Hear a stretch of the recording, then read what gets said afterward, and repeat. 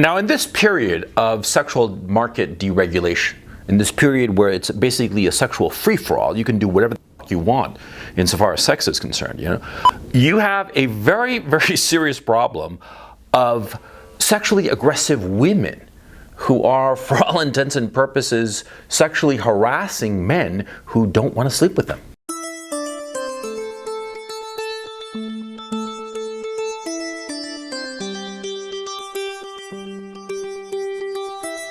You see, I actually experienced this back in 1991, as a matter of fact. Yeah, because I dated some girl in college, briefly, very briefly, and she basically wanted to sleep with me, and I didn't want to sleep with her because I thought that she was a little bit nuts, a little bit weird, right? And because of this, I sweet-talked my way out of it and didn't sleep with her and sort of like dropped her and ignored her and then chased other girls, right? And she found out that I was interested in other girls, and she got mad. She got really mad, and she lied about me. She lied about me and saying that I had accosted her, that I had assaulted her, that I had harassed her via email. She said that I'd, the accusation that I had forcibly tried to kiss her. And because of this allegation, this unfounded allegation that had all kinds of holes in the story, I was suspended for a full academic year, my very first semester at Dartmouth. Well, term, but same thing. See? It happened to me, so I know whereof I speak, okay? Sexually aggressive women are incredibly dangerous, and you want to keep an eye out for them. See, what happens with sexually aggressive women is that they think that they are entitled to sleeping with whomever they want. They think that it is their God-given right to sleep with you, even if you don't want them. Because you see, in the normal course of events, what's going on? A man is chasing women, right? And the women are basically reluctant to give sex unless they have certain conditions met.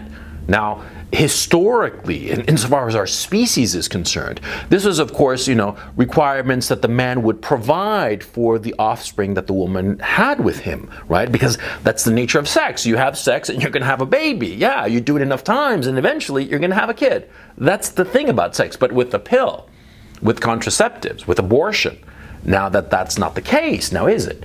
And so because of it, a lot of women feel that they are entitled to having sex with whomever they want. And they can cause a lot of damage to you if they set your eyes on you and you don't reciprocate. How many times have you heard this story? Some guy didn't want to sleep with some girl. And the girl started saying, what's the matter with you? Are you gay? What's wrong with you? Or maybe you have a tiny pecker and you're afraid and you don't want to show your pecker to me, Shit like that. Really disturbing shit, really disgusting shit. And of course, it's obvious to everybody that the guy is simply not attracted to the girl. Okay? It's not that he's gay. It's not that he has a small pecker. It's that he doesn't want to sleep with her for whatever reason. Well, the fact that she's aggressively trying to shame him into sleeping with her is probably part of the reason that the guy didn't want to sleep with her now, isn't it? Huh? You tell me. Right, because a lot of these women are just simply awful people. Let's cut to the chase. Okay, they are awful people. People in the left especially talk about being privileged and entitled and all the rest of it. But these sexually aggressive women who are so entitled, who will say the worst and most awful things to you just because you just don't want to have sex with her, right? They're awful. They are privileged and entitled little bitches. But you have to take care of yourself because they can spread a lot of damage. And the way they spread damage is by gossip. Yeah, they tell other people about you. They say that, oh, you're probably gay or you have a tiny dick or whatever. They'll make up, or like what happened to me, they will outright make up accusations that can hurt you very seriously. I mean, I was lucky because I was only suspended because there were so many holes in this girl's story that people were sort of like, oh God, this sounds like bullshit, but we don't want to look bad. And that's why I was only suspended instead of outright expelled. See, a vindictive woman can cause a lot of damage in a man's life, okay?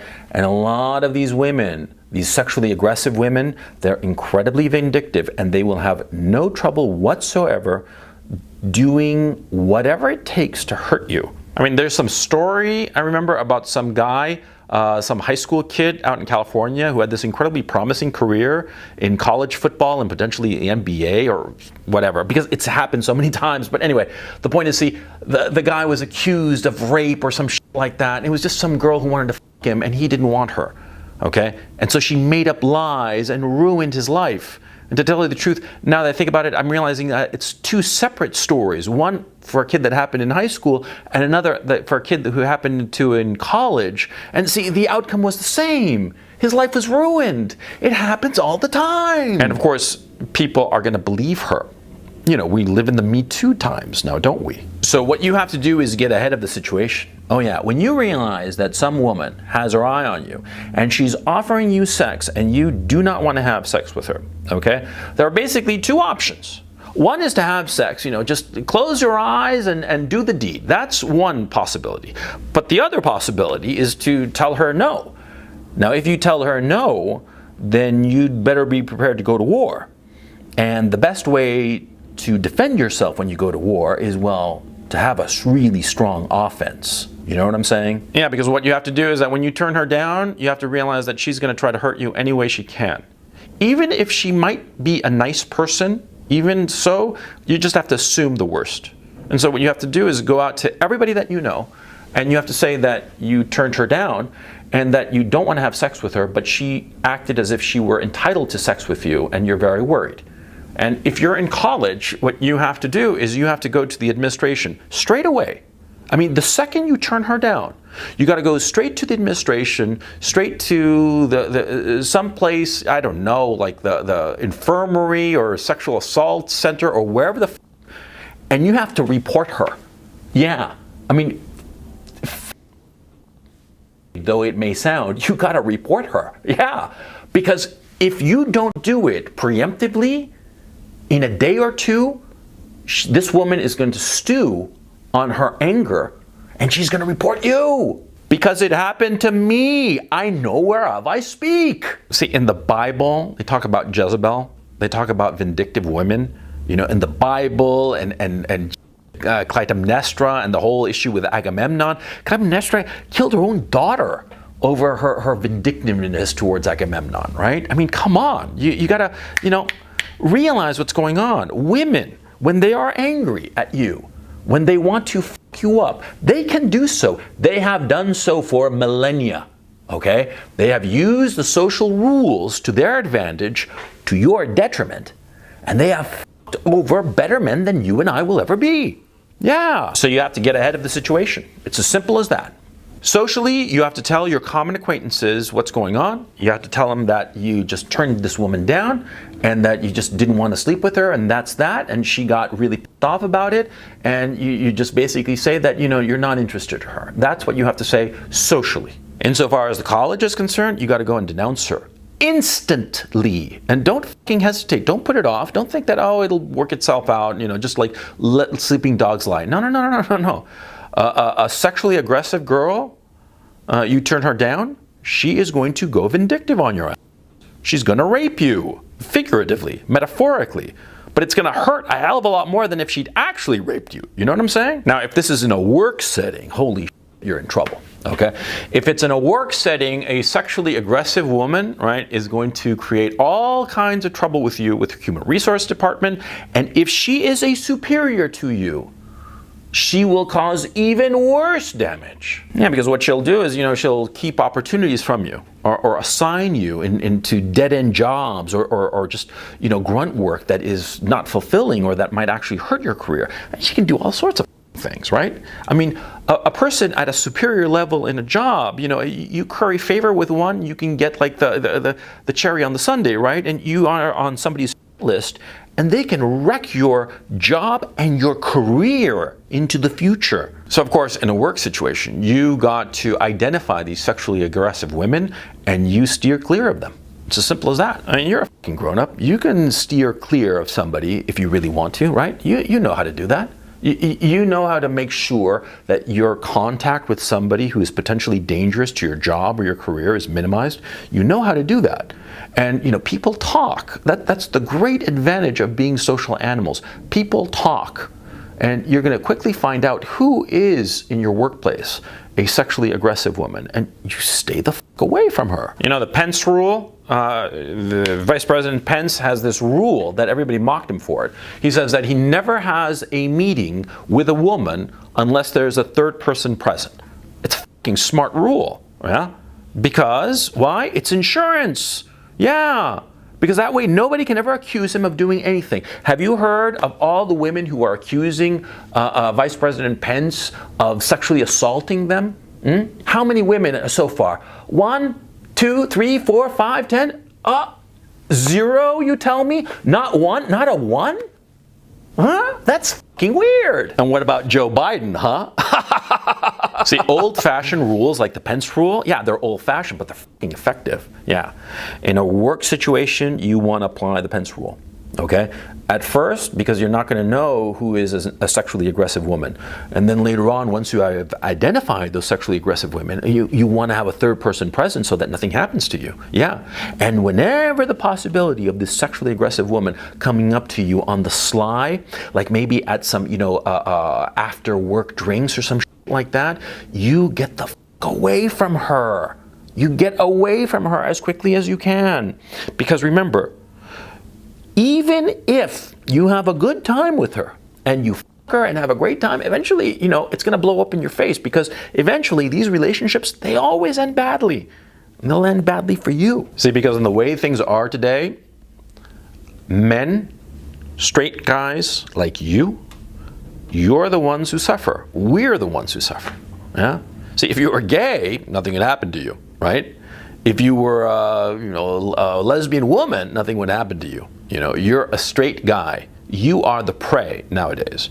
Now, bitching and moaning about it and talking about the injustice of it all, yeah, you can moan all you want, but that's the reality that we're living in today. And you're a guy, you're relatively sophisticated, you understand what's going on around you, socially, politically. There is a whole movement that is looking to find victims, and more to the point, looking to find perpetrators like you, looking to find you and to f*** you up, even if you are innocent, because their jobs depend on it. See, that's the thing I didn't understand when I was in college. When I was accused of sexual assault and sexual harassment, it was bullshit. There was proof positive that I hadn't harassed her at all. And there were a whole bunch of people who could say that I had been at different times at different places with them and had not had the opportunity to assault her when she claimed that I'd assaulted her. There was all this proof, and it didn't matter. And I didn't understand at the time why it didn't matter. Now I do. At the time, there were all these counselors and sexual assault awareness programs and all this bureaucracy. And this bureaucracy exists to punish you and me. That's what it's there for. See? In HR departments, in college administrations, in high school administrations, all of these sexual assault and survivor networks and all this bureaucratic bullshit, it exists to not just help these sexually aggressive women get her way, but also to hurt you and me. That's their job. Their job is to fuck us over and ruin our lives. So be smart. Be smart. Don't put yourself in a vulnerable position. You see, back in the day, in the 40s and the 50s and even the 60s, see, a woman, she was told not to go to the bad neighborhoods because she might be raped. She was told not to go to the fraternities because, something might happen to her at some fraternity with a bunch of drunk guys and what have you, right? But the thing is turned around, see? Now a woman can literally go anywhere and nothing will happen to her because every guy knows that if he looks at her the wrong way, he'll get ruined, right? Now it's the guy who has to take care of himself, has to be situationally aware, has to be looking around, knowing who the dangerous people are and avoiding them, and avoiding any situation that can bring the wrath of all this bureaucracy on your head, because it will happen. So don't play with fire. Be smart.